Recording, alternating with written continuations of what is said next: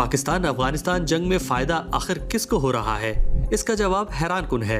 गुज़िश्ता साल अक्टूबर में पाकिस्तान और अफगानिस्तान के दरमियान झड़पों में हलाकतें रिपोर्ट हुईं, जिसके बाद सरहदी गुज़रगाहें मुकम्मल तौर पर बंद कर दी गईं, तिजारत रुक गई और इसी खला को पुर करने के लिए भारत आगे आ गया। अफगानिस्तान जैसे ज़मीनी तौर पर बंद मुल्क के लिए चाहे इक़्तिदार में कौन हो और वो जायज़ हो या नहीं, अपने पड़ोसी इलाकों के साथ ताल्लुकात को मुतनव्वे रखना हमेशा अहम होता है। काबुल और नई दिल्ली के दरमियान फ़िज़ाई तिजारत तेज़ी से बढ़ रही है। सन 2021 से रुकी हुई तिजारत अब $1 अरब से आगे निकल चुकी है। भारत अफगानिस्तान में पहले ही अरबों की सरमायाकारी कर चुका है। यूं पाकिस्तान के साथ कशीदगी ने भारत को खत्ते में एक नया स्ट्रेटेजिक मौका दे दिया है। गुज़िश्ता 2 बरसों में ताल्लुकात में तेजी आई है और मेरे ख्याल में इसकी बुनियादी वजह मुश्तरका स्ट्रेटेजिक और सिक्योरिटी खदशात हैं।